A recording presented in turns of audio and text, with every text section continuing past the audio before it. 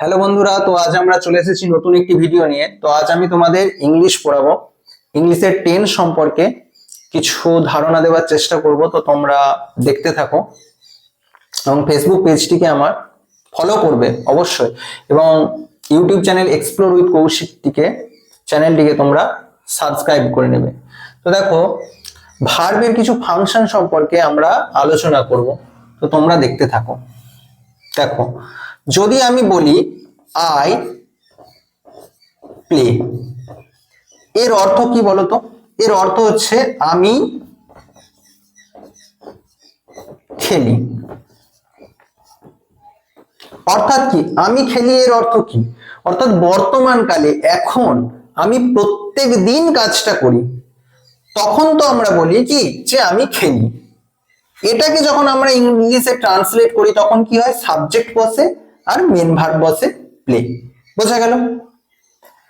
তো এটা কোন টেন্সে আছে? এটা আছে প্রেজেন্ট ইনডিফিনাইট টেন্সে। বোঝা গেল? টেন্সের তিনটে ভাগ: present tense, past tense, future tense.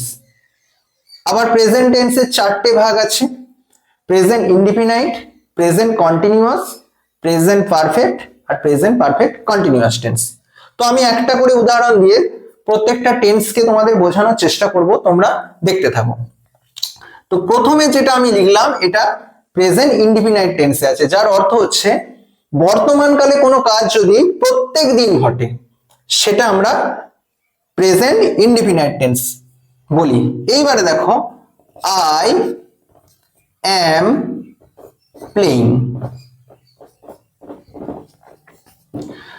যখন আমি সাবজেক্টের সাথে একটা বি ভার্ব যোগ করব এবং মেন ভার্বের সঙ্গে আইএনজি যোগ করব, তখন সেটা কি হয়ে যাবে? কন্টিনিউয়াস হয়ে যাবে। এই কন্টিনিউয়াসটার অর্থ কি? দেখো, যদি কাজটা এখন চলছে, হয়তো অতীতেও চলতে পারে, অতীতে চলছিল, ঠিক আছে, কাজটা চলছে, শেষ হয়ে যায়নি।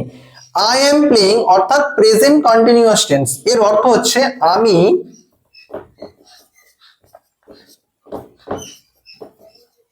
খেলছি। অর্থাৎ কি, এখন আমি কাজটা করছি, আমার কাজটা কিন্তু শেষ হয়ে যায়নি।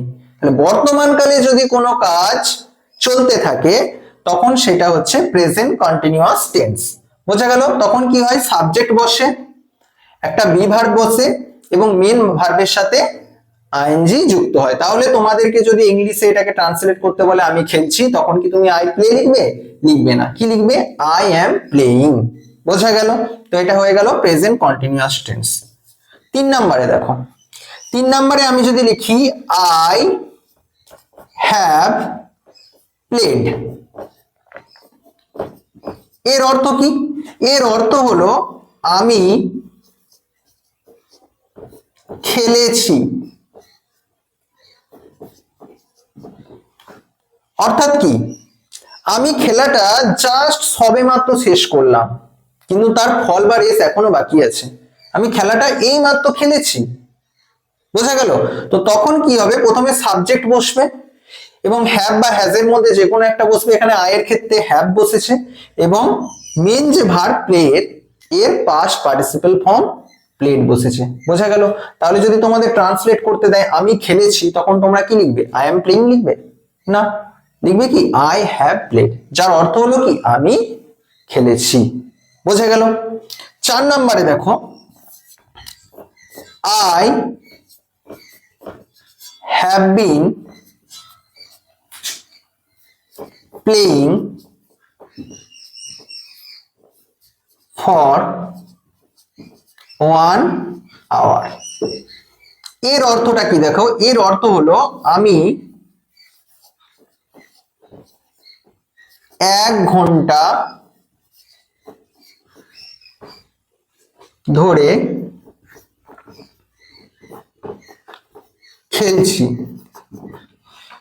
দেখো, এটা কখন হয়? এটা হচ্ছে প্রেজেন্ট পারফেক্ট কন্টিনিউয়াস টেন্স। যখন কোনো কাজ অনেক আগে শুরু হয়েছে কিন্তু খেলাটা এখনো চলছে, শেষ হয়ে যায়নি, ঠিক আছে, তখন কি হয়? পারফেক্ট কন্টিনিউয়াস টেন্স হয়। দেখো, এখানে আমি 1 ঘন্টা ধরে খেলছি, 1 ঘন্টা আমার খেলাটা হয়ে গেছে, কিন্তু আমার খেলা এখনো শেষ হয়নি, খেলাটা চলছে, তখন কি হয়? পারফেক্ট কন্টিনিউয়াস টেন্স হয়। তার ফর্মটা কিরকম হয়? দেখো, প্রথমে সাবজেক্ট বসে, তারপরে হ্যাভ অথবা হ্যাজের মধ্যে যে কোনো একটা বসবে প্রেজেন্ট টেন্সের ক্ষেত্রে, তারপরে বিনটা বসবে, তারপরে মেন ভার্বের সাথে কিন্তু আইএনজি যোগ হবে, তারপর কমপ্লিমেন্টারি যেটা আছে ফর 1 আওয়ার সেটা কিন্তু বসবে। বোঝা গেল?